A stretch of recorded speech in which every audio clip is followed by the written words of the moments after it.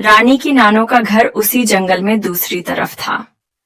रानी की मम्मा रानी से कहती है, रानी बेटी, कल मैं आपकी नानों के पास गई थी। आपकी नानों को बुखार है। मैंने खिचड़ी बनाई है।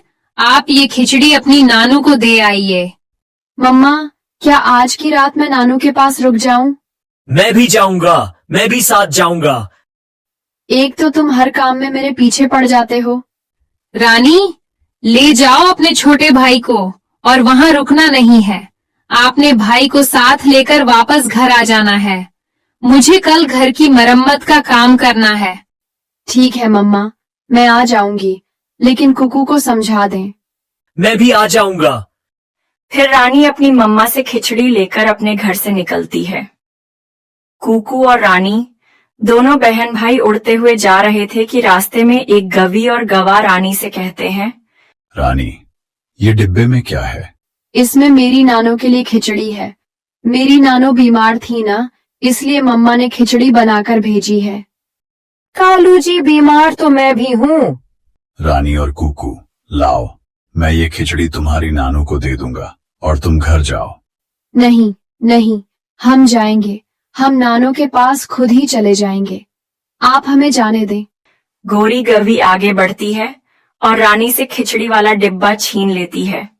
कहा ना कि हम दे देंगे। के जाओ तुम अपने घर। आंटी, आंटी, मेरी खिचड़ी का डिब्बा मुझे दे दो। मुझे दो मेरा डिब्बा। लेकिन कौवा और कवि वहां से भाग जाते हैं। कुकू और रानी रोने लग जाते हैं और खाली हाथ ही वहां से चले जाते हैं। थोड़ी दूर जाकर घने जंगल में दोनों बहन भाई बैठ जाते हैं।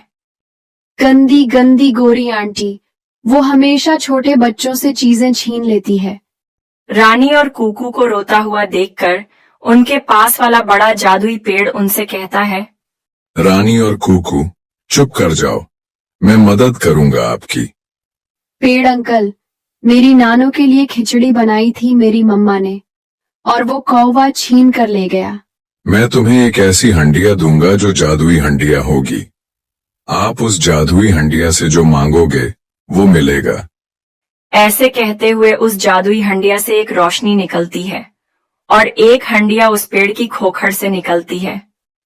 गुड़िया वह हंडिया पकड़ लेती है। यह एक जादुई हड्डिया है, इसे आप अपने पास रखना, और जब भी जरूरत हुई तो ये हड्डियां आपको आपका मनपसंद भोजन देगी। रानी और कुकू खुश हो जाते हैं